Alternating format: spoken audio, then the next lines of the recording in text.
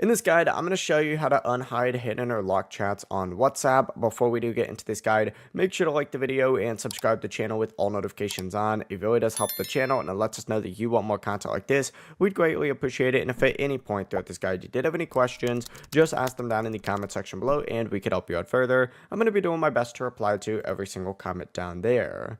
Now, if the chat is only locked, what you're going to want to do is go to the main chat screen and just swipe down, and you should see a locked chats option up at the very top. Obviously, open it up. It's going to be above archive, but I don't currently have anything locked right now. Actually, I'll lock one real quick so you guys can see this, even though this one is technically hidden locked right now.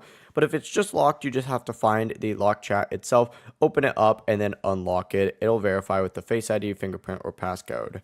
Now, if the locked chats are hidden, they're not going to appear when you swipe down, which is why mine's not currently appearing right now either. What you want to do instead is go ahead and search right here, and you need to search for whatever passcode it is that you went ahead and did this. So for example, I think my passcode that I created in a different video is like heart and then this like little praying emoji.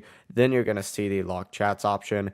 That's when you go ahead and select that, find that chat, and then you can go ahead and unhide it right here. If you don't want it to pop up in this section anymore, you can hit settings and then turn off hide lock chats, hit continue, and then it's just going to be in a normal lock chats option, which I'll show you is right here.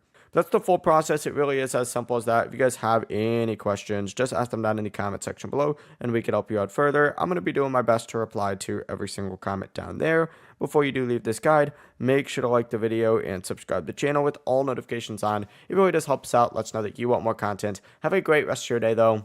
Peace.